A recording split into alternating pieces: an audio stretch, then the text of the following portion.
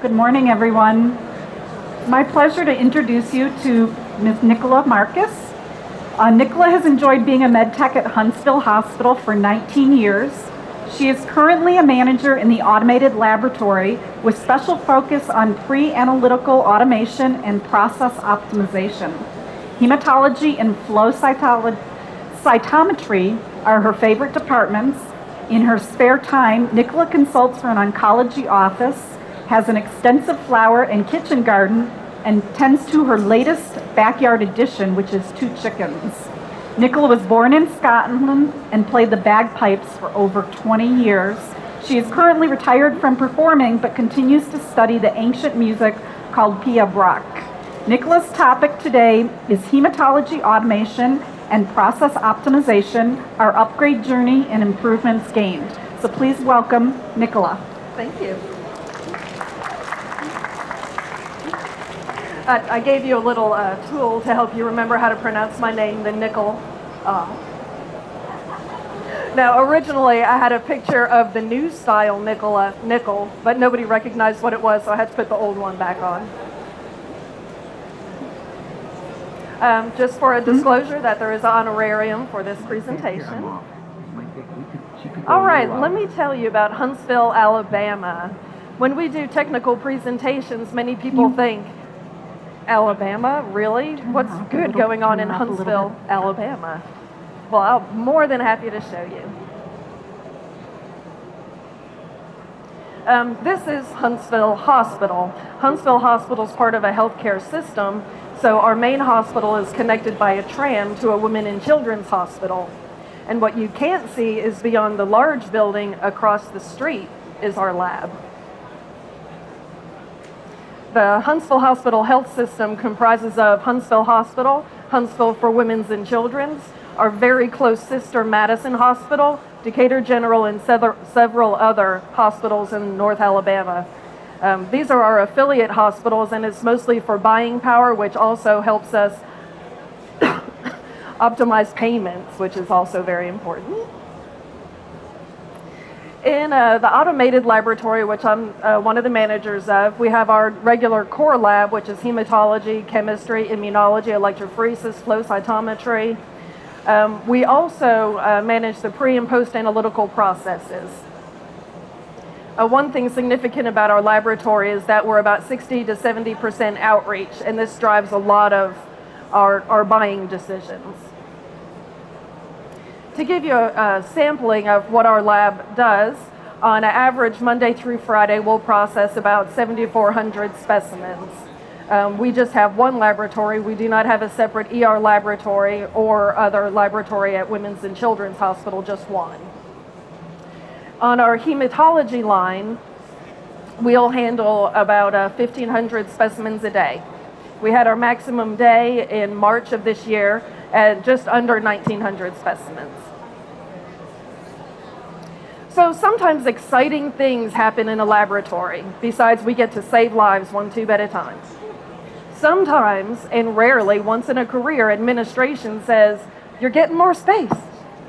You're moving out of that cramped little area that you've been in for 20 years, but it's across the street.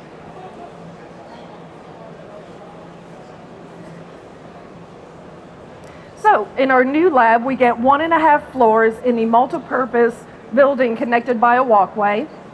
And of course, under the walkway is the tube system.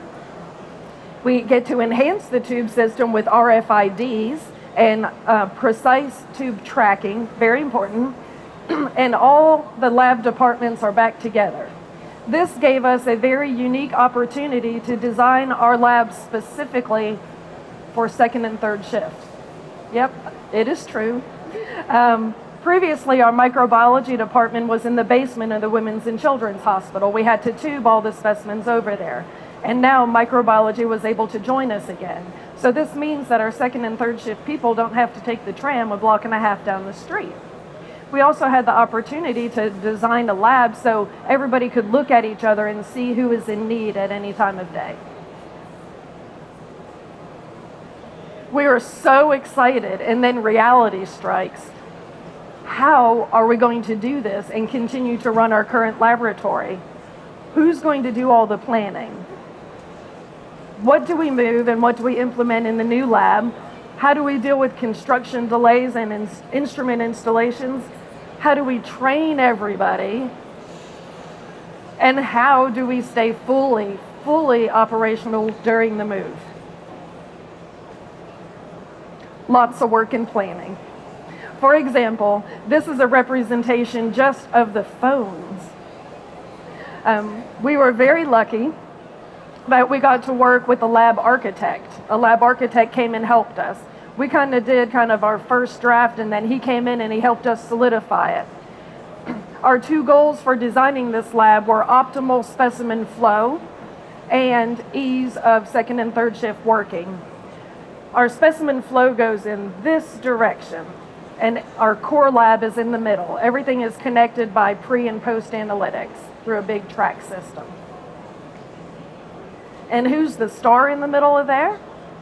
It's our beautiful X N9000.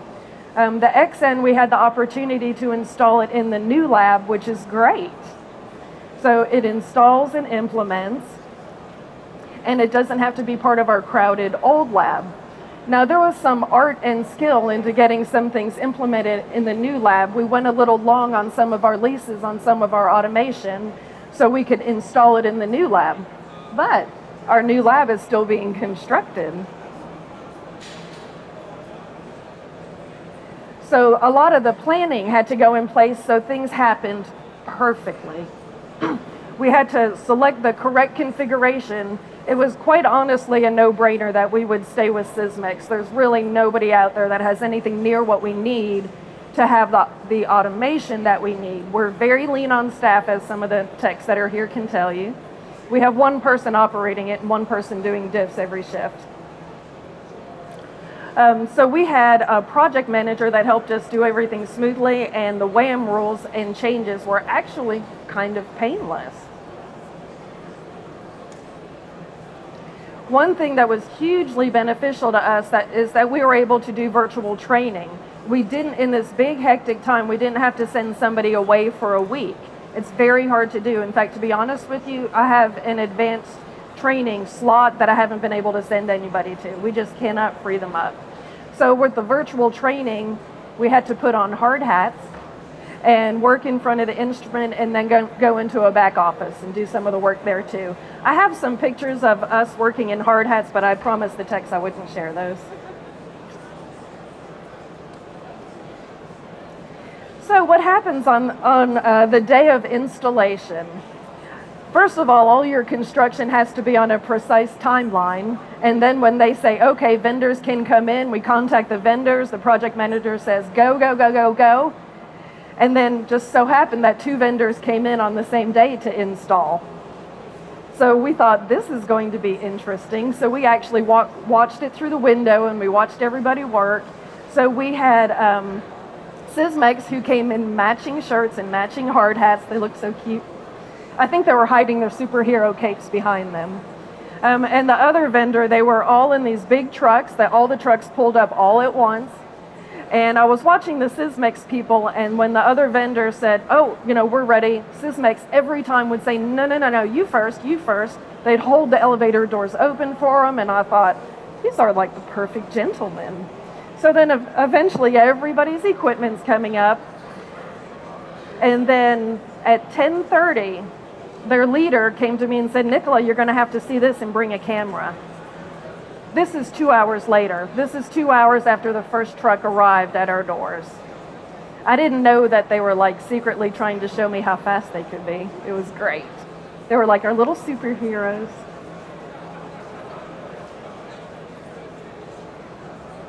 So some of the benefits that we gained from having Sysmex as our vendor were we had flawless installations and validations. Most of the work is done before the instruments even make it to you. All they really have to do is put it together, do a lot of connections, and then they come in and do all the validations. We're already trained because we did the virtual training, and we had a trainer come in and train everybody else. It was a little bit hot, but we kind of dealt with it. Now, a side story is if you're going to move a lab and bring people in to do the training on a new instrument, give them a tour of the new lab first. Otherwise, they won't pay a bit of attention to what anybody's saying. So there's your tip. One thing that is essential on any go live, whether you're going into a new lab or not, we had all new IT connectivity, everything new LIS. A lot of things could have gone wrong.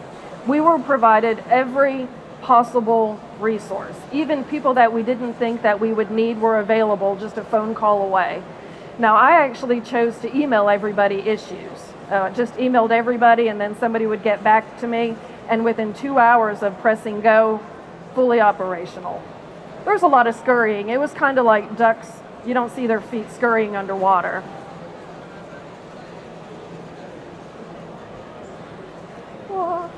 These are some of the quotes that I got after we installed the instrument. If I could get my arms around it, I would hug it.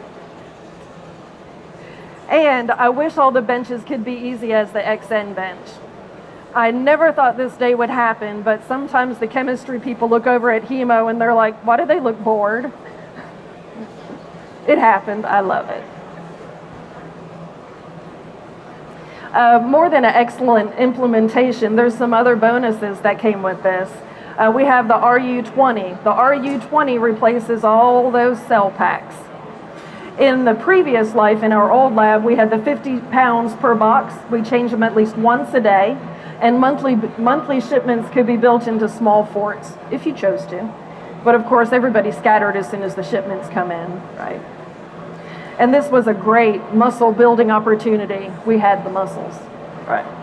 So now that we have the RU20, we have very infrequent reagent changing. It frees up a lot of storage space, but it could lead to scrawny arms. We're losing our muscle tone. Some additional bonus wins that I'd like to share with you is that the X N9000 that we got, which has 3 analyzers, 2 sets of slide maker stainers and DI60, and a tube sorter, takes up almost exactly the same footprint as our previous XE5000 system. We've integrated EDTA management with the addition of the TS sorting system, and we have integrated automated slide review on the line. We don't touch our specimens, we rarely touch our slides. A benefit, if you've been a Sysmex customer for a long time, is there's actually far less hostage situations. The EDTA specimens don't kind of disappear as much. In fact, we've had one since November. It's great. We have easy maintenance, easy reagent loading, and the IPU is easy to interact with. Of course, everything's about the processes, and our job in the management at Huntsville Hospital is to make work easier for everybody. We need techs to focus on what they need to focus on. We don't want to see everybody manually manipulating their specimens. We want to see techs being the smart techs that they are. And we've been able to get a 18% positive rate, which are making slides, with a 10% diff in morphology and just 8% morphology only. On a typical evening, a second shift person will only look at 11% of all the specimens that they put on. Of course, it also comes down to the patients, because our job is to save lives 1 tube at a time. So we need some predictable turnaround times. The last time I did some turnaround time data generation was in February, and we had just been in the new lab 4 months. We're actually better now, but our stat turnaround times for our ER are 11 minutes from receipt in lab. It's probably about 3 minutes after you put it on the analyzer. For our in-house specimens, our stat in-house average was 16 minutes. And for our referral lab specimens from hitting our laboratory is 24 minutes. But of course, you have to have excellent and predictable routine turnaround times also. Our routine in-house CBC turnaround time is 25 minutes, and our ref lab was 38 minutes. Just to tell you our percentage of stats, 24% of everything in our laboratory is ordered stat. And this is where we moved. This is our beautiful new building. And not to brag way too much, but we actually have a restaurant on the first floor of the building. We are directly connected to our parking lot. Across from the parking lot is a public shopping center. And there's a Taco Mama. and there's a Cajun Steamers and a chocolate martini bar and a clothing store's going in about a month. Just saying, I love where I work. I know that was a very quick presentation, but I wanted to share with you what a treat it is to have a vendor that puts so much effort into helping you at every opportunity. Do you all have any questions for me?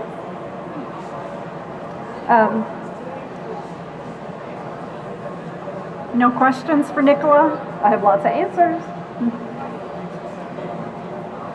Yes. We do body fluids on our system. We do. Yes. Do you have the television connected? Do you have the television connected? Yes, I have to admit, we're a little bit gluttonous. We've had televisions since 2006. We had one television standalone for years, and then several years later, we added a second television. Now with this system, we actually have two on the line directly connected to the stainers. And we also have one offline, and then one's in a back, and the other one's in a back corner. Are you planning to incorporate A1C? As a matter of fact, we are planning to incorporate A1Cs onto the line. That's something we'll be looking at here at AACC. In fact, I'm very pleased to say that our chemistry techs have come to me and said, hey, guess what I saw? I saw A1Cs connected to the line, and I was like, great, I'm glad you're excited about it. So we're definitely looking to do that. Hopefully adding two of the Biorad variants on it. Yeah. Yes, it is Biorad, correct. Yep. Anything else? Well, thank you all very much for your attention. Thank you, Nichola. Thank you.